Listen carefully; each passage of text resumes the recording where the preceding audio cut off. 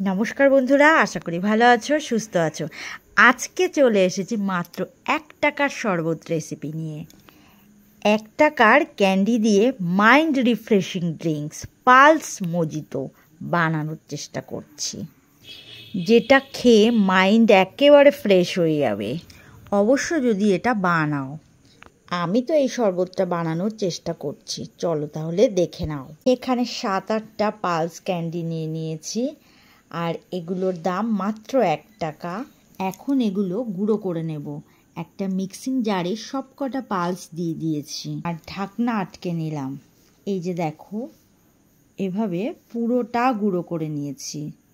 আর নিলাম 2টো পাতিলেবু, আর এর থেকে একটা লেবু মাঝখান থেকে কেটে নিচ্ছি।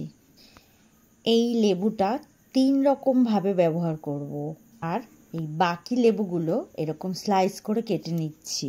একটা বড় লেবু রেখেছি কেটে মাঝখান থেকে হাফ করে, আর কিছু স্লাইস করে রেখেছি, আর তার থেকে এই স্লাইস করার থেকে একটু বড় অংশ একটা রেখে দিলাম।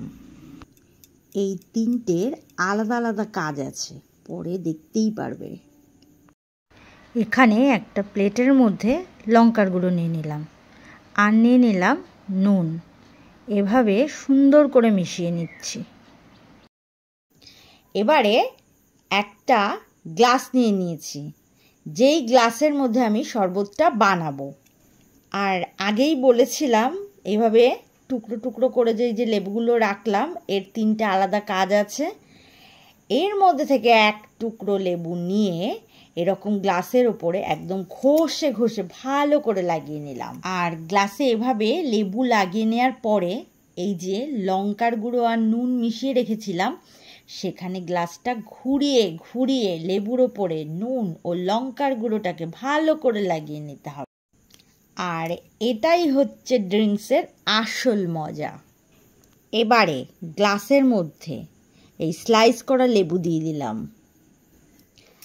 আর দিয়ে দিলাম আইস কিউব, আর এই বরফের টুকরো যার যতটা লাগবে ব্যবহার করতে পারবে, অবশ্য যদি তুমি এটা বানাও। এবারে লজেন্সের গুঁড়ো নিয়ে নিলাম 2 চামচ, আর তারপর ঠান্ডা ঠান্ডা জল দিয়ে দিলাম, আর দিলাম ওই যে লেবুর বড় টুকরোটা রেখেছিলাম সেটা।